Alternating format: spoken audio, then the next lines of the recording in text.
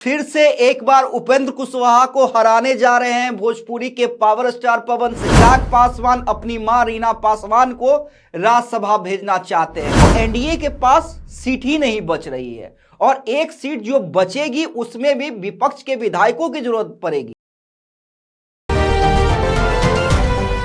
नमस्कार, स्वराज पोस्ट देख रहे हैं आप और आपके साथ मैं अमित झा। तो क्या फिर से एक बार उपेंद्र कुशवाहा को हराने जा रहे हैं भोजपुरी के पावर स्टार पवन सिंह? अब आप सोच रहे होंगे कि यह कैसे संभव हो सकता है।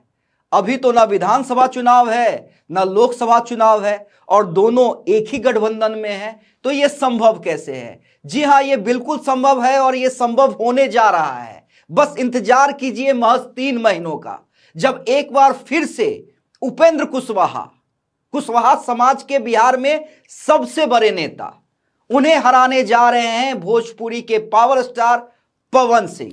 और इस बार पवन सिंह का साथ देंगे स्वयं प्रधानमंत्री नरेंद्र मोदी, देश के गृह मंत्री और बीजेपी के चाणक्य अमित शाह। जी हां, अब देखिए पूरा राजनीतिक समीकरण हम आपको समझाने जा रहे हैं। देखिए राज्यसभा की 5 सीटें जो हैं वो खाली होने जा रही हैं और जेडीयू के खाते में 2 जाएंगी, बीजेपी के खाते में 2 जाएंगी। एक पे जिच हो सकता है विपक्ष या एनडीए, और एनडीए भी तो कौन, उपेंद्र कुशवाहा या फिर चिराग पासवान के कोटे से कोई।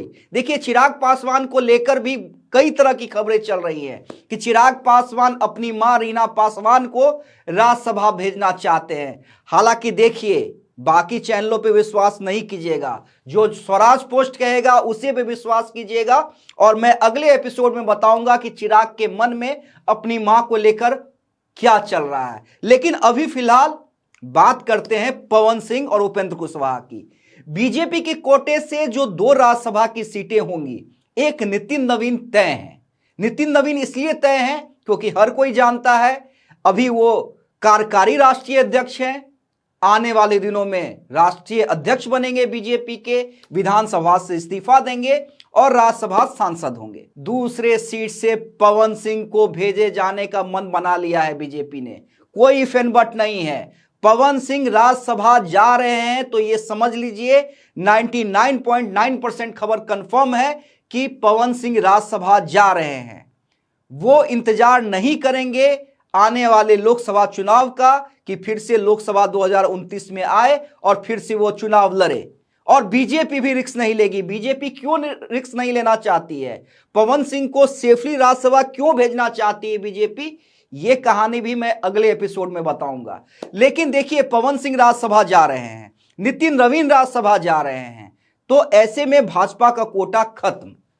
जेडीयू से 2 जाएंगे तो हरिवंश बाबू और रामनाथ ठाकुर। तो एनडीए के पास सीट ही नहीं बच रही है और एक सीट जो बचेगी उसमें भी विपक्ष के विधायकों की जरूरत पड़ेगी। अगर एनडीए चुनाव में जाती है 5वें सीट के लिए तो क्या फिर उपेंद्र कुशवाहा पे रिस्क लेगी? लेकिन अगर रिस्क लेगी भी, विपक्ष के विधायकों का जुगाड़ करेगी भी, तो तब भी उपेंद्र कुशवाहा 5वें नंबर के उम्मीदवार होंगे एनडीए के अंदर। बीजेपी नितिन नवीन पवन सिंह को राज्यसभा भेजने जा रही है, यह लगभग कंफर्म हो गया। और देखिए पवन सिंह ने काम भी किया था विधानसभा चुनाव में।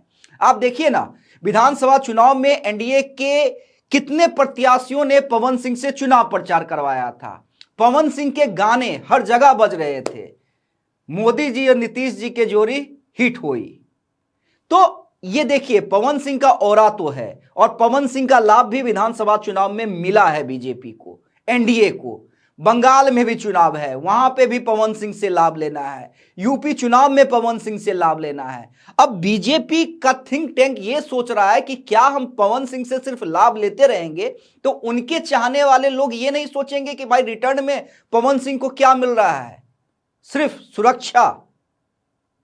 तो बीजेपी के थिंक टैंक ने मन बना लिया है, आला कमान ने मन बना लिया है कि अब जो वनवास है पवन सिंह का, राजनीतिक वनवास, अभी तक तो वनवासी रहा है क्योंकि कई बार टिकट कहा गया कि दिया जाएगा, दिया नहीं गया। एक बार घोषणा हुई, फिर वापस ले लिया गया, फिर पवन सिंह निर्दलीय लड़े, फिर वापसी हुई। तो पवन सिंह का राजनीतिक वनवास खत्म होने जा रहा है और यह तय हो गया है कि पवन सिंह अब बीजेपी कोटे से राज्यसभा सांसद होंगे।